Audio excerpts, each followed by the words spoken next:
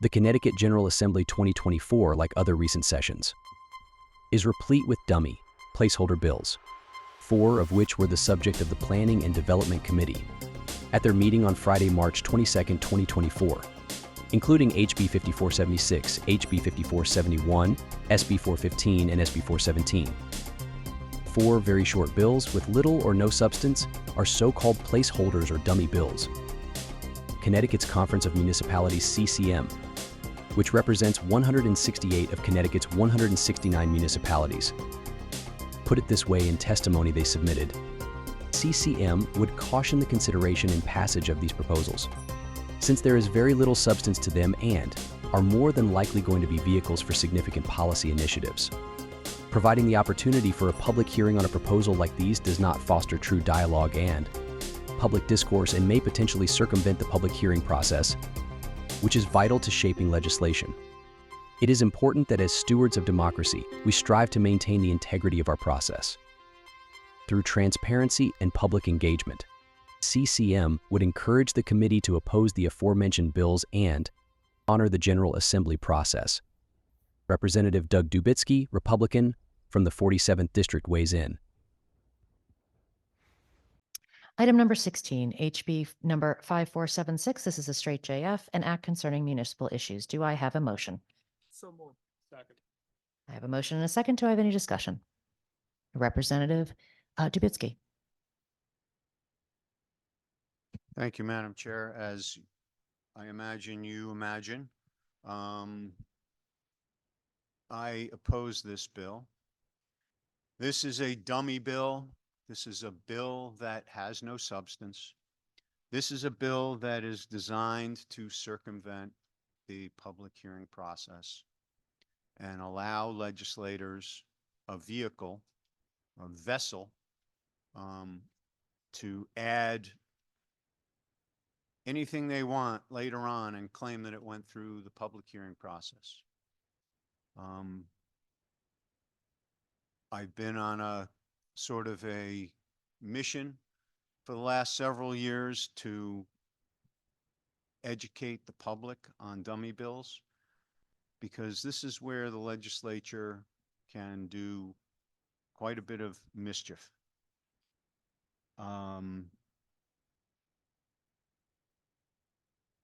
CCM has, I guess I've got their ear finally. They've put in testimony opposing it, opposing this and the next 3 bills. And for the very reason that I've been opposing it, because as they say, they're likely going to be vehicles for significant policy initiatives. Well, those significant policy initiatives should be before the public and should be debated in this committee and should be put before the public to testify at a public hearing.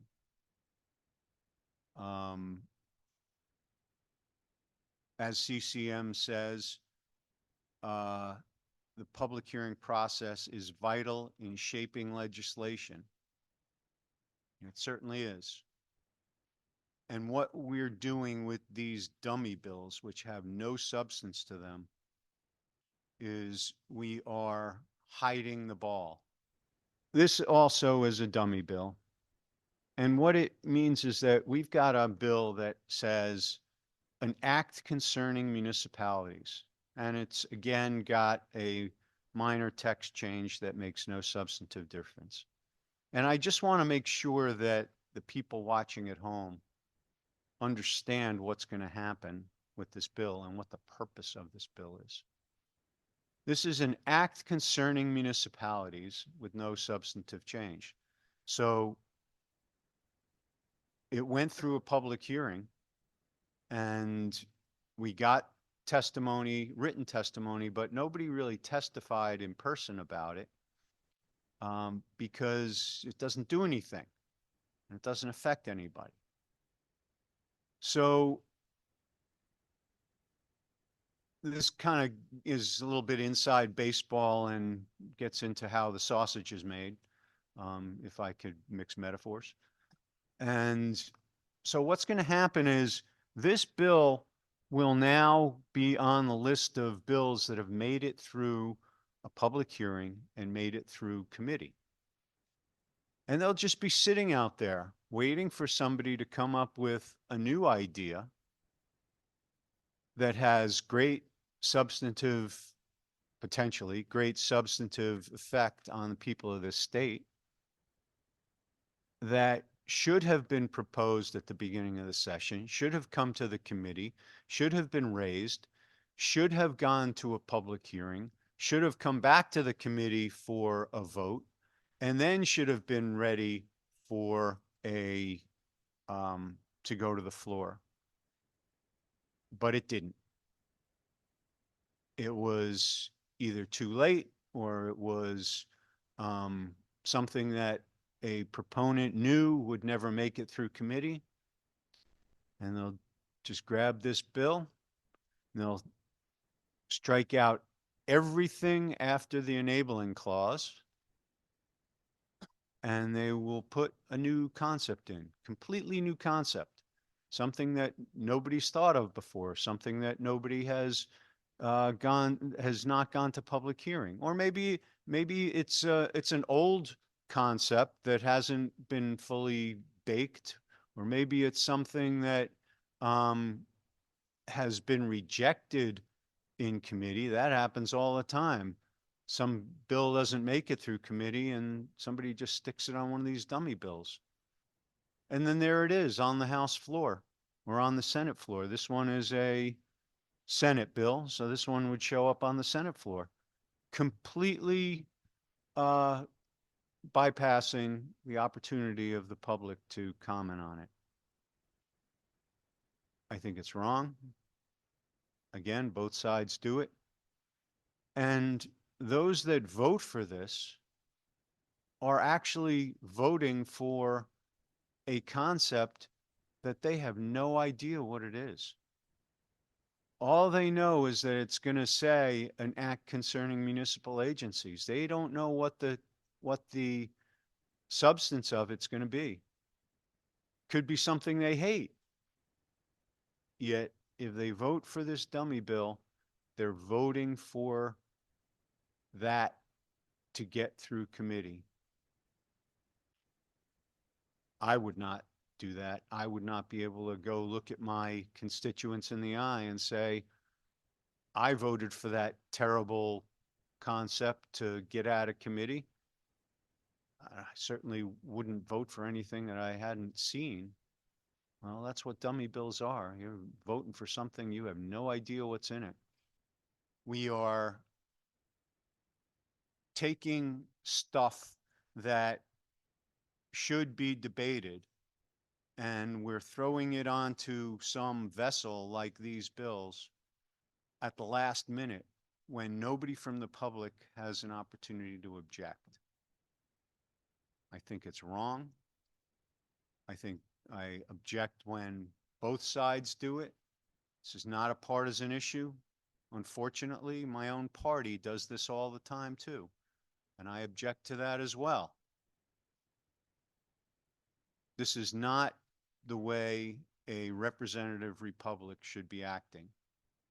We should not be passing dummy bills, and I will be voting against it, and I ask for a roll call vote on this bill.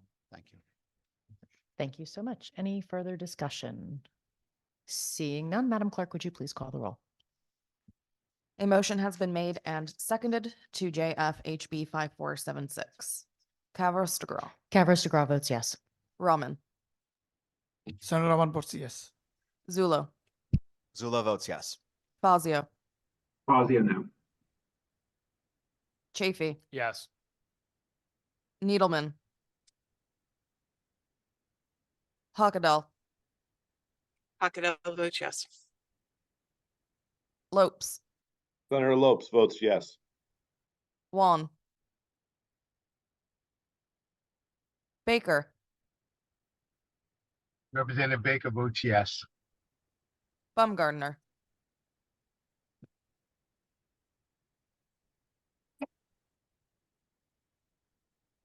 Conley,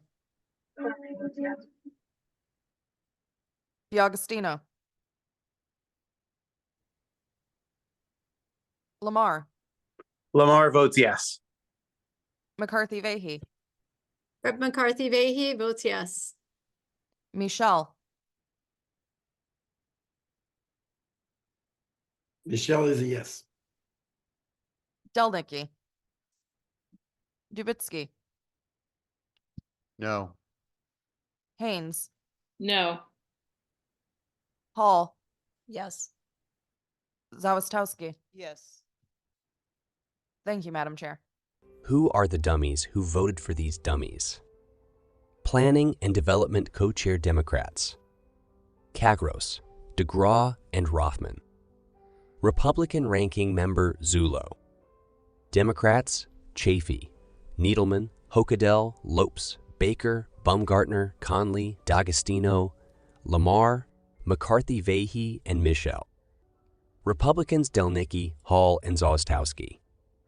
Only Ranking Member Republican Fazio and Republicans Huang, Dubitsky, and Haynes voted no. To stay abreast of housing, zoning, and 8-30G bills in Hartford, please visit our website at ct169strong.org.